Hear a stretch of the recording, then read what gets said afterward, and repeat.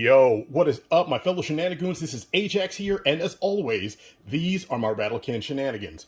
And in this video, I am announcing my entry into the Unified Scale Auto Content Creators Group Build. The group build, as you no doubt may have been able to guess, is with the 70 Plymouth GTX or Roadrunner kit by Monogram. Initially, I didn't think I was going to be able to get in on this build because I went looking for a kit after I saw people posting, and the prices on eBay were pretty ridiculous. Nevertheless, FOMO, fear of missing out, is a MOFO, like I said in our forum. And after looking and trolling the forums, I was able to procure a kit to get in on this group build.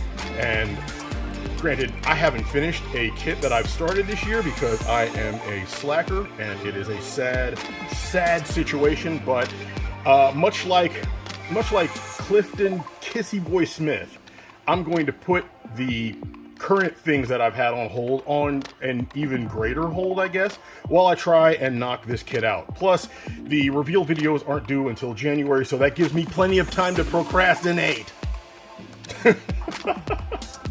Yeah, I'm going to try my hardest to make sure that I get this done, and while things are drying or setting or bonding or whatever on this particular kit, I will go and I will deal with some of the other builds that I have backlogged.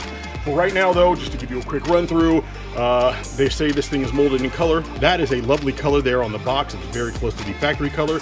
You open this bad boy up though, and let me get this out of the way. And yeah, that's not quite the color that is on the box. Yeah, there's that lime green, and then, woo!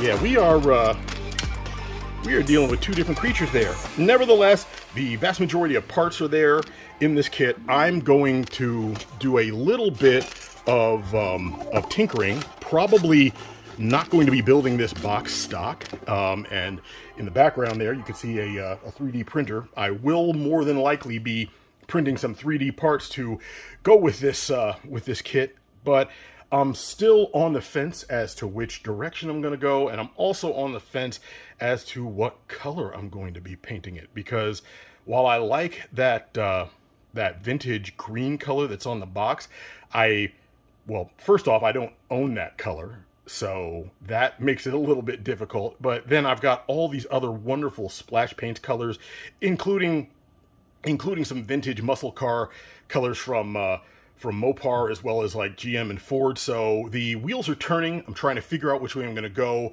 how I'm going to handle this. But I'm sure I will come up with something. And when the reveal videos come out, you'll see exactly what that is. But for now, I'm going to wrap this up, make it quick because this video doesn't need to go on forever.